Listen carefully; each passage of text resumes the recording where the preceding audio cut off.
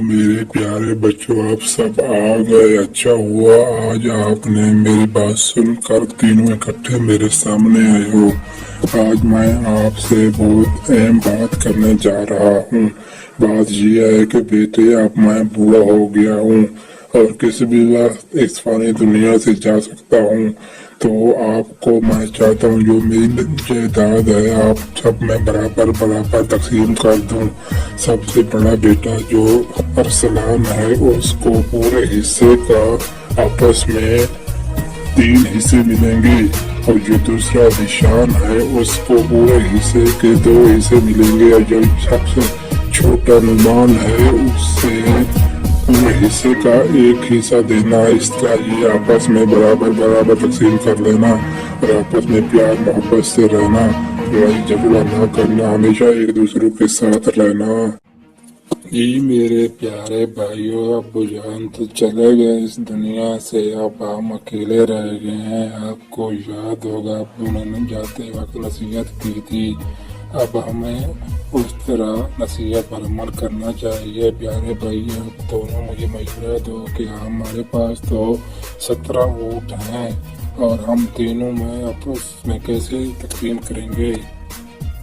बड़े भाई, आप बिल्कुल ठीक कह रहे हैं। अब्बू की हमें नसीहत पर अमल करना चाहिए और जिस तरह वो नहीं मुकर्रर किए थे उसी तरह आपस में बांट लेते हैं।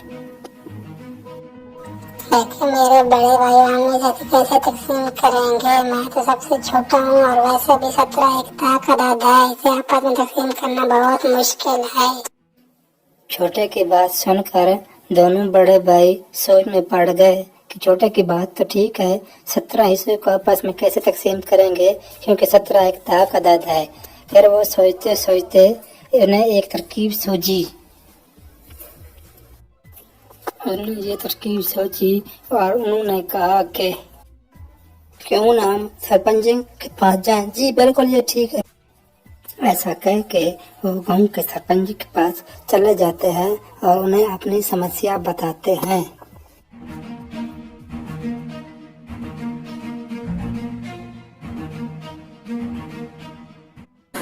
जी तो आप बोलिए, क्या समस्या है बेटे, आप मेरे पास क्यों आए हो। जी हजूर, हमारा मसला ये है कि जब हमारे अबू जान इस फानी दुनिया से रुखसत हुए थे तो जाते वक्त उन्होंने नसीहत की थी कि जो जायदाद आपस में इस तरह बांटना कि बड़े को पूरे हिस्से का 1 हिस्सा, दरमियान वाले को पूरे हिस्से के 2 हिस्से और सबसे छोटा है उसे 3 हिस्सों में तकसीम कर देना। लेकिन हमारे पास 17 ऊँट है और हम तकसीम नहीं कर पा रहे क्योंकि 17 एक ताकत है। आप हमारी मदद करें। अच्छा तो ये बात है मेरे बच्चों, ये तो बिल्कुल आसान सा मसला है। अभी मैं आपको इसका हल बताता हूँ। मुंशी बेटा जाओ और अस्तबल में से 1 ऊँट लेकर आओ। अभी जाता हूँ, अभी लाया हुजूर। बच्चों मैं आपका मसला अभी हल करता हूँ और आप वहाँ जाकर बैठ जाओ और आप बारी बारी मेरे पास आओ। जो अब्बू ने सब बताया वो मुझे बताते। जी बेटा, आप ऊँट ले आए हो।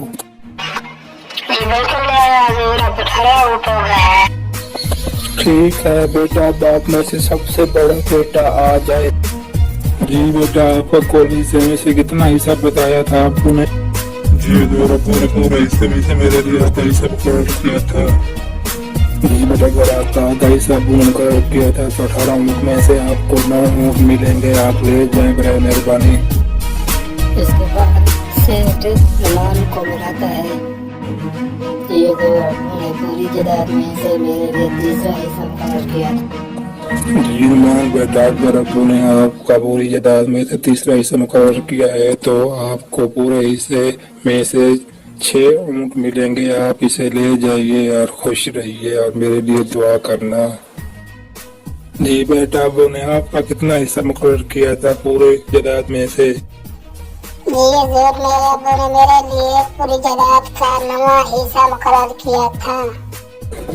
जी बेटा, अगर अब्बू ने आपके पूरे हिस्से में से 9वां हिस्सा मुकर्रर किया था तो 18 ऊँट में से आपके 2 ऊँट बनते हैं। आप बराए मेहरबानी इसे खुशी से ले जाइए और खुश रहिए।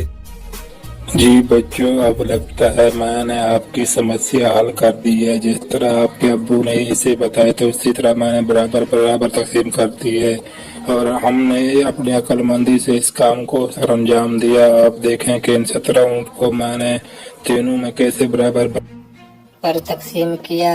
जो सबसे बड़ा था उसे 9, जो उससे छोटा था उसे 6 और सबसे छोटे को 2 ऊँट मिले। इस तरह 17 ऊँट पूरे हो गए और हमने अपना ऊँट इसमें से निकाल लिया। बच्चों अब आप खुश रहिए और अपने घर जाइए।